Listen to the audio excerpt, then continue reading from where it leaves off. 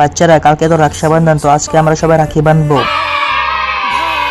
বন্ধু, আমার তো বোনই নেই, তো আমাকে কে রাখি বাঁধবে? আরে ভাই, তুই এমন কথা বলছিস কেন? আমার বোন আছে না, আমার বোন তোকে রাখি বাঁধবে। কি সত্যি?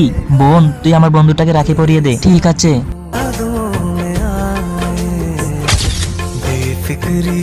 আরে জগ্গা, আজকে তো রক্ষাবন্ধন, তুই আজকেও কাজে আসলি? হ্যাঁ। কেন? কারণ আমার কোনো বোন নেই, তার জন্য রক্ষাবন্ধন দিন আমি সবাইকে দেখে খুশি হই। আরে জাগ্গু, মন খারাপ করিস না, আমার বোন তোকে রাখি বাঁধবে। আরে ভাই, 56-এর কথা তো আলাদা, এখন কি আমি ওই ভিখারিওকে রাখি বেঁধে দেবো নাকি?